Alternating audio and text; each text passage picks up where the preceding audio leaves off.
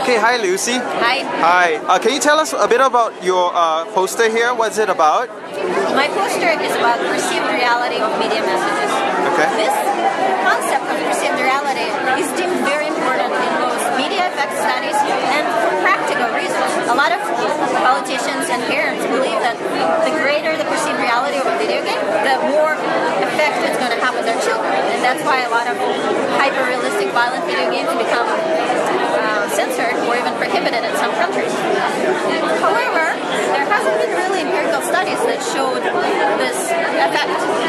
In all empirical studies that's been done so far, the way they measured, they conceptualized perceived reality was very narrow. They usually just tell people, this is real, this is not, and then compare the effects, but they never look at actual perceptions. And in real life, nobody tells us what is real and what's not. We have to make this out for ourselves.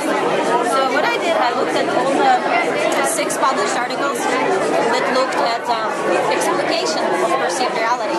And so far, it's, in those 6 articles, 24 dimensions have been named. Oh, 24 dimensions, okay. Way too much. Yeah. And so I analyzed those dimensions and I argue that you can condense them down to 6 underlying kind of fundamental dimensions, which are virtual experience, the extent to which interactive the game is. Usually it kind of applies to video games only so far. Utility, how useful it is.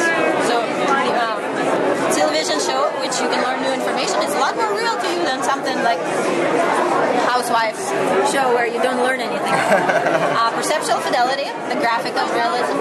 Everybody now expects very high quality special effects. And right. if you see something with low quality like Godzilla, it doesn't look real to you anymore. Right, especially all the 3D craze that's happening now. Absolutely. Yeah. Magic window is the most fundamental part of perceived reality.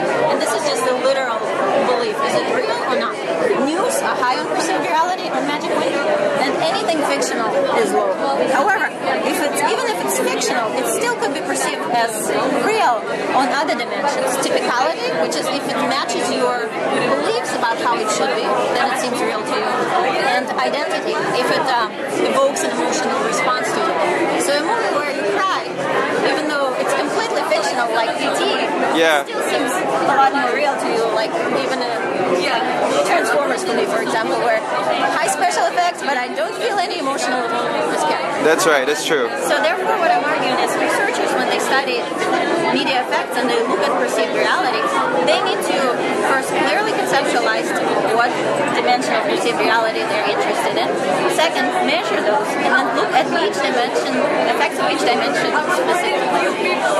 Cool. So what are you hoping that researchers will be able to produce based on such a framework?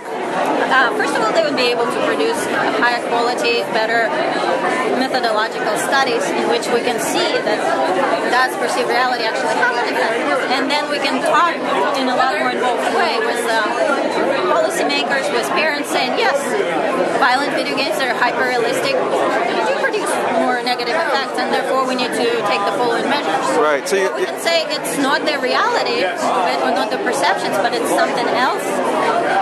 I see. So the main problem with the media, in a sense, is that when they talk about violent video games, for instance, there's no robustness in their arguments. Yes. So this adds the level of rigor to it. Absolutely. It is generally believed that the greater perceived reality, the greater the effect.